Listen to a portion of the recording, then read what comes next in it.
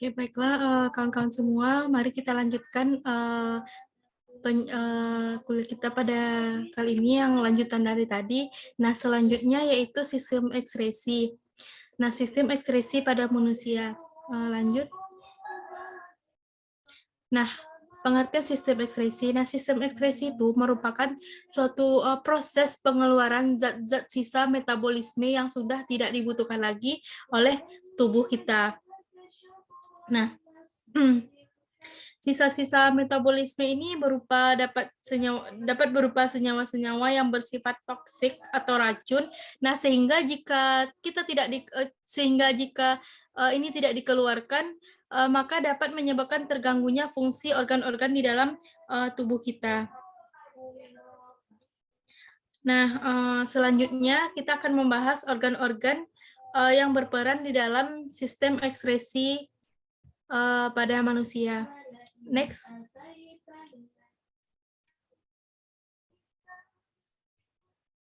Nah, organ yang pertama yaitu ginjal. Ginjal merupakan komponen utama dari penyusun sistem ekskresi manusia, yakni urin. Nah, ginjal ini berfungsi untuk menyaring zat-zat sisa metabolisme yang ada di dalam darah, mempertahankan keseimbangan cairan tubuh, mengekspresikan gula darah yang melebihi kadar normalnya, dan mengatur keseimbangan kadar asam, basa, dan garam di dalam tubuh. Nah, manusia memiliki sepasang ginjal yang berukuran sekitar 10 cm. Nah, letak ginjal ini masih di ginjal.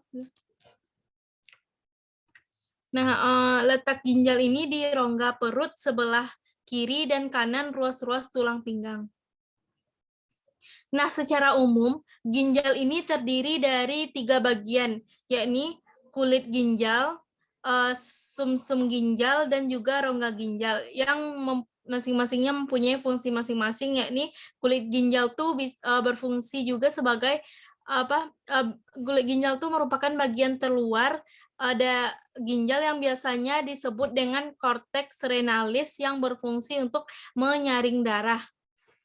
Nah, kemudian sumsum ginjal, yakni bagian tengah ginjal yang biasa disebut dengan medula, yang berfungsi sebagai tempat berkumpulnya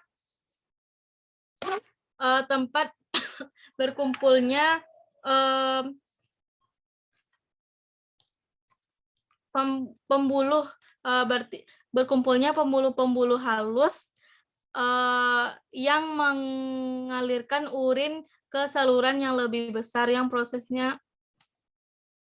Kemudian rongga ginjal bagian paling dalam. Nah, rongga ginjal ini merupakan bagian paling dalam dari ginjal yang biasa disebut dengan pelvis renalis yang berfungsi untuk menampung urin sementara sebelum dikeluarkannya melalui ureter. Nah, proses pembentukan urin. Nah, proses pembentukan urin itu ada 3 proses, yaitu filtrasi, reabsorpsi, dan augmentasi. Nah, filtrasi ini merupakan proses penyaringan sel-sel darah yang hasil dari proses filtrasi ini dapat berupa urin primer yang masih mengandung air, glukosa, asam amino, air, glukosa dan asam amino, tapi sudah tidak mengandung lagi tidak mengandung protein dan darah. Kemudian reabsorpsi, tahap selanjutnya yaitu namanya reabsorpsi, proses penyerapan kembali zat-zat yang masih dibutuhkan oleh tubuh. Nah, hasil proses dari reabsorpsi itu dinamakan dengan urin sekunder. Kemudian augmentasi yaitu proses pengumpulan cairan dari proses sebelumnya yang hasil dari augmentasi ini merupakan hasil urin yang sesungguhnya. Nah, mungkin selanjutnya organ kedua yakni hati. Nah, hati berfungsi untuk mengekspresikan getah empedu, zat sisa dari perombakan sel darah merah yang telah rusak dan dihancurkan dalam limpa.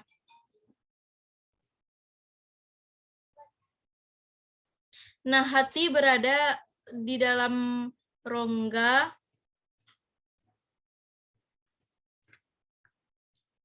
Nah, hati tersebut berada di dalam rongga perut sebelah kanan di bawah diafragma yang dilindungi oleh selaput tipis bernama kapsula hepatis. Nah, selain berfungsi sebagai organ ekskresi, hati ini juga berperan dalam penawar racun, menyimpan glikogen, pembentukan sel darah merah pada janin sebagai kelenjar pencernaan.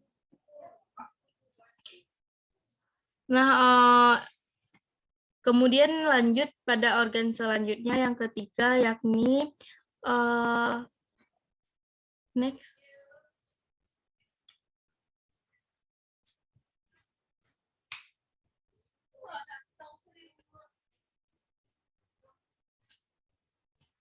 Nah, yang ketiga yaitu paru-paru.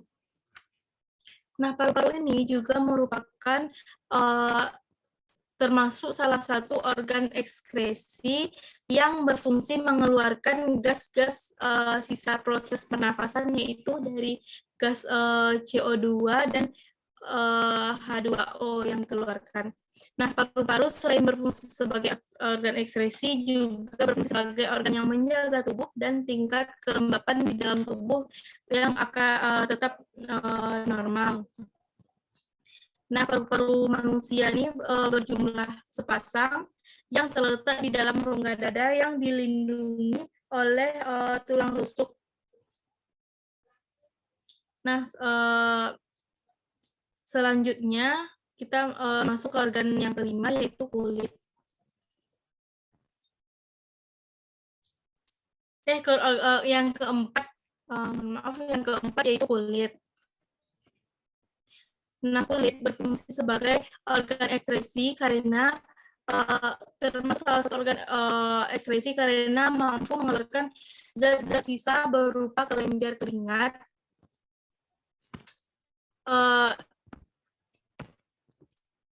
dan selain itu organ ekskresi selain sebagai organ ekskresi, kulit juga berfungsi sebagai alat indera raba dan perasa. Nah, kulit merupakan lapisan disebut juga lapisan pelindung terluar yang terdapat di permukaan tubuh. Nah, untuk lapisan-lapisan kulit itu sendiri ada namanya lapisan yang pertama itu lapisan epidermis atau lapisan kulit ari.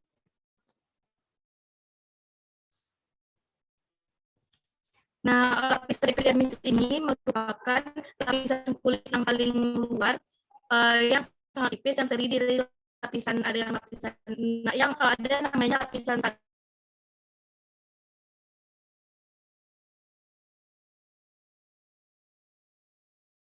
bahkan lapisan tandu itu merupakan sel mati yang mudah mengelupas, tidak mengandung pembuluh darah dan sehingga lapisan ini tidak dapat mengeluarkan darah saat mengelupas. Nah, lapisan mati merupakan lapisan yang terdapat di bawah lapisan tandu yang tersusun dari sel-sel hidup yang memiliki kemampuan untuk membelah diri. Yang lapisan mati ini terdapat pigmen yang dapat menentukan warna kulit yang melindungi sel dari melindungi kulit kita dari sel akibat dari kerusakan akibat sinar matahari. Kemudian lapisan kedua ini dermis, yaitu lapisan kulit jangat. Nah, dermis ini merupakan lapisan kulit yang terletak di bawah lapisan epidermis. Yang lapisan dermis ini lebih tebal dari lapisan epidermis. Nah, yang kemudian, di lapisan dermis itu terdapat pembuluh kapiler, kelenjar keringat, kelenjar minyak, pembuluh darah, ujung saraf, dan kantong rambut.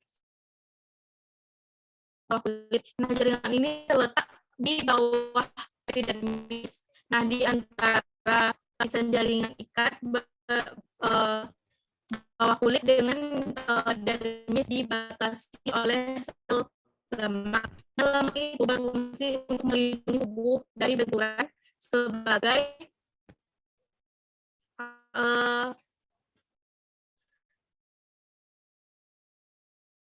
melindungi lapisan dari benturan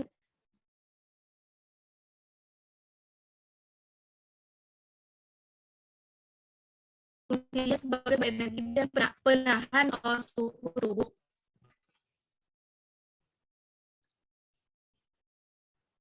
Nah, selanjutnya itu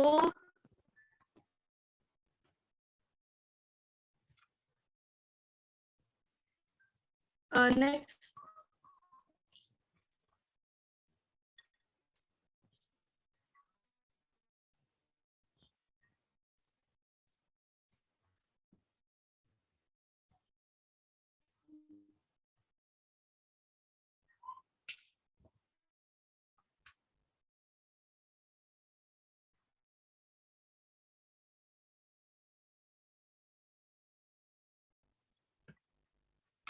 Nah, selanjutnya